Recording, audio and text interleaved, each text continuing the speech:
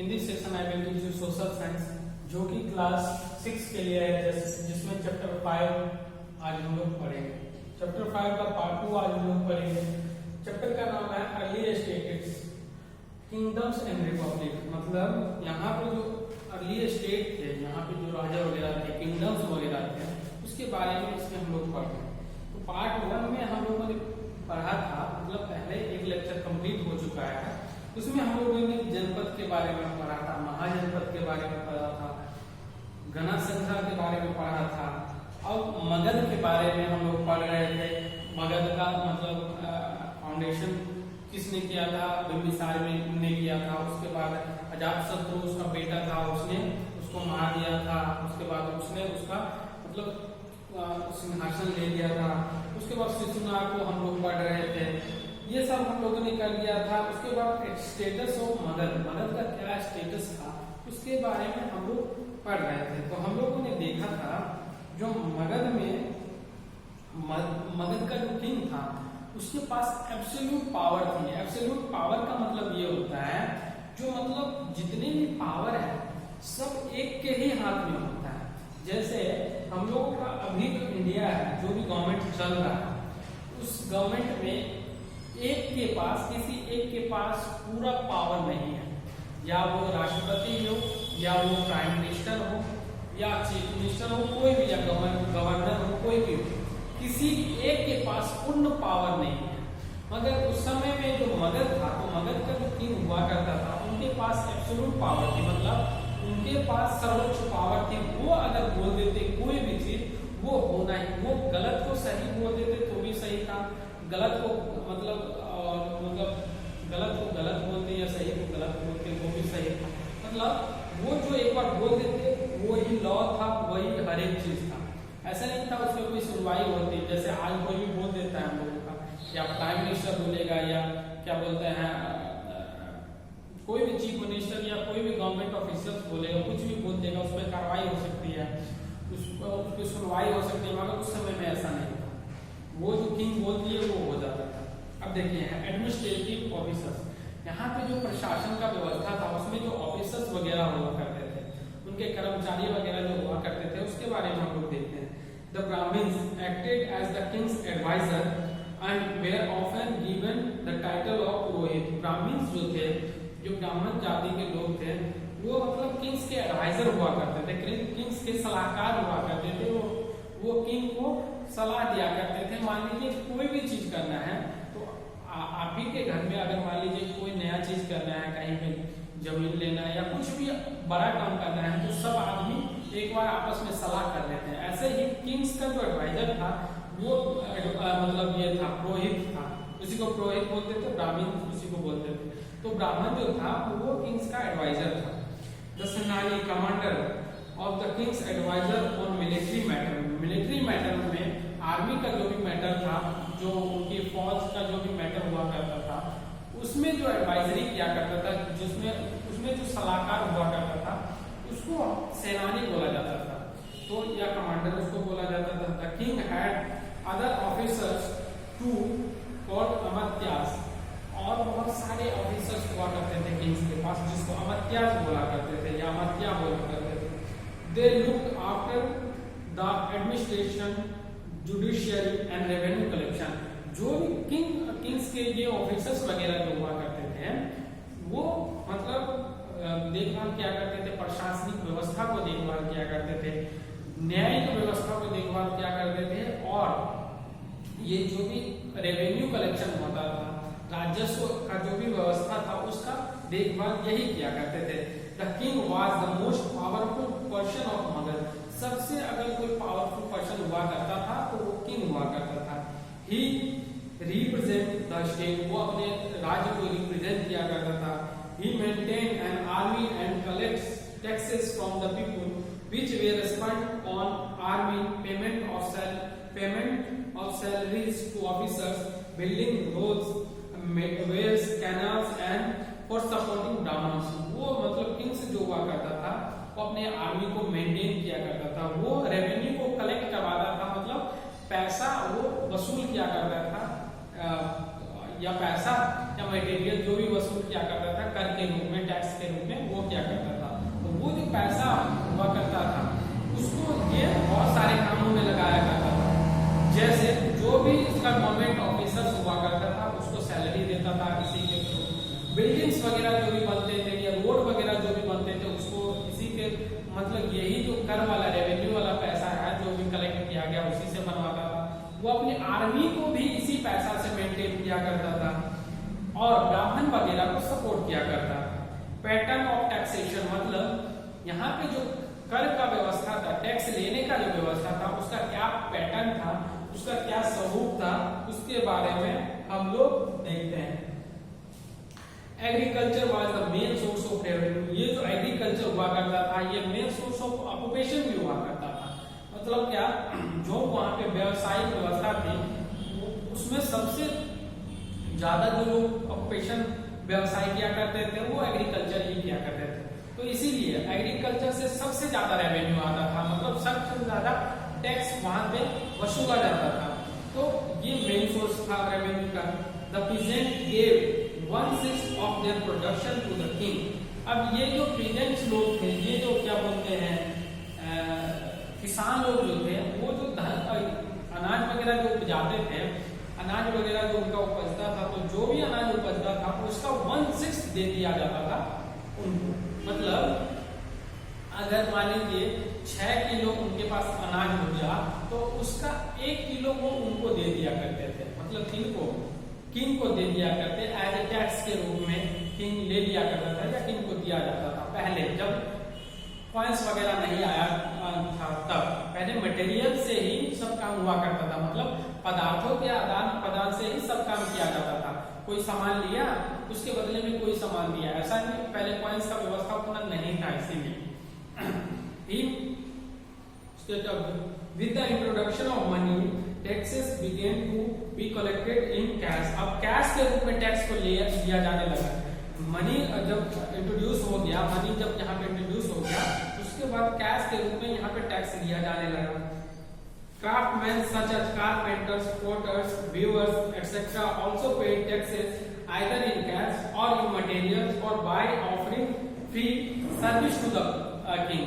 अब जो ये क्राफ्ट्समैन हुआ करते थे, जो भी शिल्पकार हुआ करते थे, जो कारीगर हुआ करते थे, ये सब भी मतलब टैक्स दिया करते थे, या तो पैसा के रूप में या पदार्थ के रूप में, मतलब कोई अनाज हुआ या कोई बहुमूल्य चीज हुआ, या नहीं तो फ्री सर्विस करके। जैसे मान लीजिए अगर कोई कारपेंटर्स है, वो पैसा नहीं दे पा रहा है तो वो किंग के पास जाके बोलता है मतलब हम पैसा नहीं दे पा रहे हैं, हम आपको सेवा प्रदान करेंगे। तो वो वहां पे कुछ दिनों के लिए काम करता, तो उससे उसका मतलब टैक्स मतलब श्रम के रूप में वो ले लिया करता था।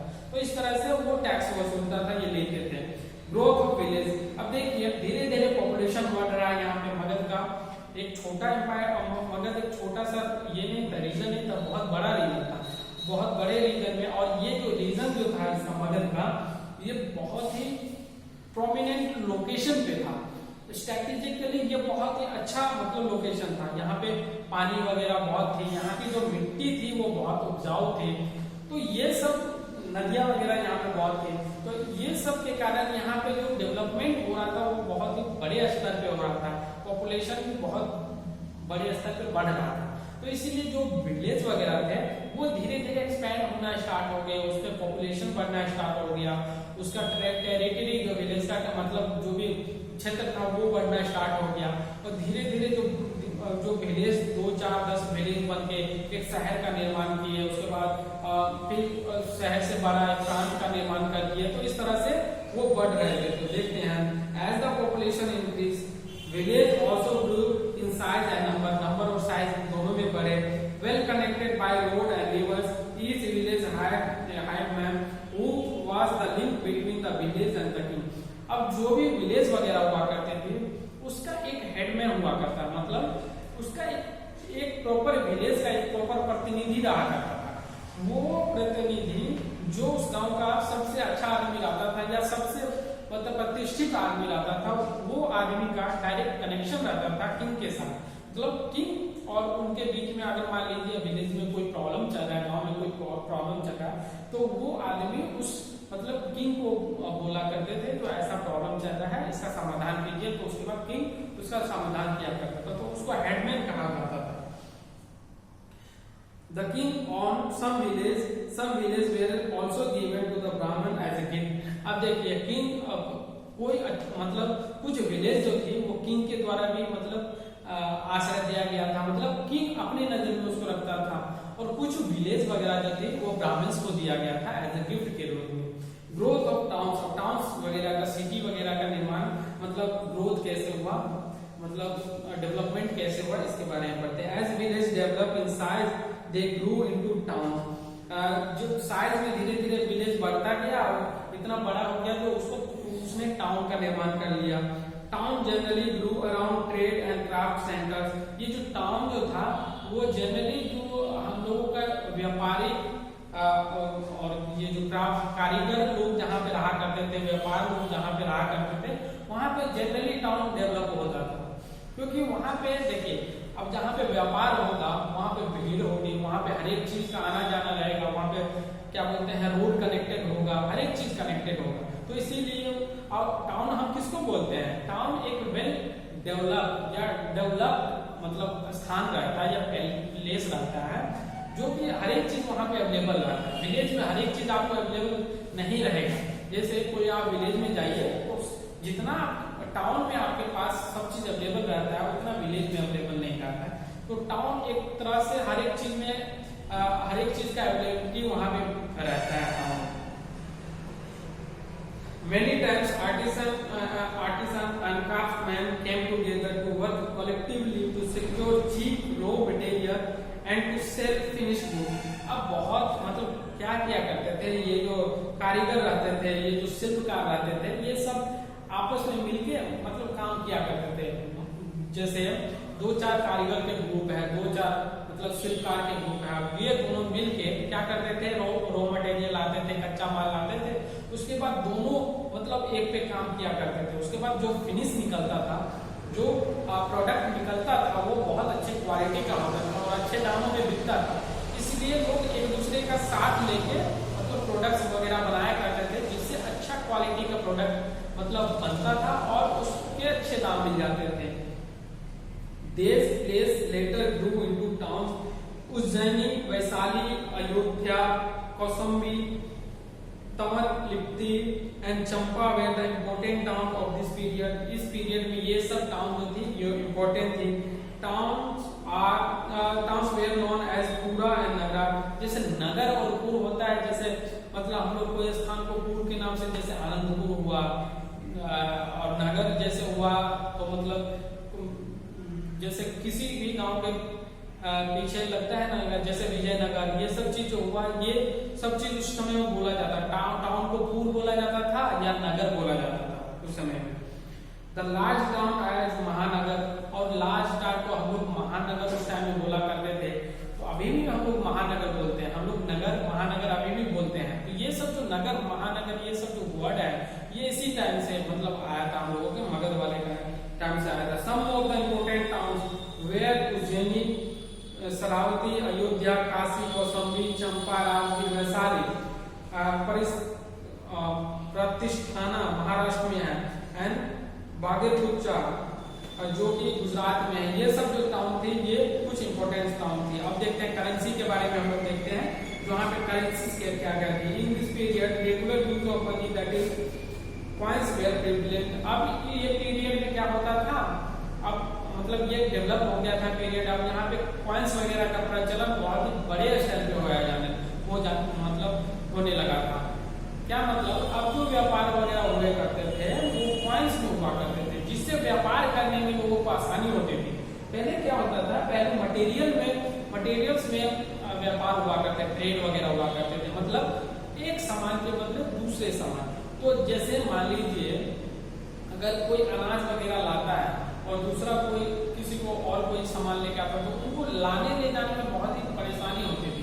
मगर जब ये कॉइन्स आ गए, यहाँ पे करेंसी सिस्टम आ गया, करेंसी आ गया यहाँ पे, तो लोगों को करेंसी लेके आते थे और बदले में सामान लेके जाते थे, तो उनको आसानी होती थी, व्यापार करना उनके लिए आसान हो गया। Coins were usually made of silver and gold।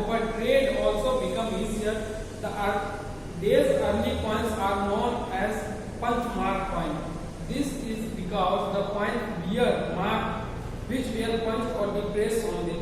अब ये मतलब ये जो कॉइन्स वगैरह हुआ करते थे उसको पंच मार्क मतलब कॉइन बोला जाता था। पंच मार्क और पंच मतलब होता है डिप्रेशन, पंच मतलब होता है डिप्रेशन, दबाव, या जैसे पंचर नहीं हो जाता है छेद, जैसे हम लोगों का साइकिल में पंचर हो जाता तो पंच से ही पंचर बनता है। तो वही जो पंच हुआ करता था मतलब डिप्रेशन हुआ करता था इन लोगों का कॉइन में एक तरह का डिप्रेशन, जैसे ये कॉइन है, ये आपका कॉइन था, उसके बीच में डिप्रेशन गड्ढा टाइप का हुआ करता था।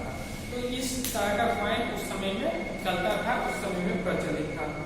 Many new trade routes emerged which connected different parts of India. Some of the trade routes were long, right from Assam to Afghanistan. बहुत सारे ट्रेड रूट मतलब बने और बनाए गए और डेवलप किया गया जिसको मतलब इंडिया के डिफरेंट पार्ट्स से स्मगल को जोड़ा गया।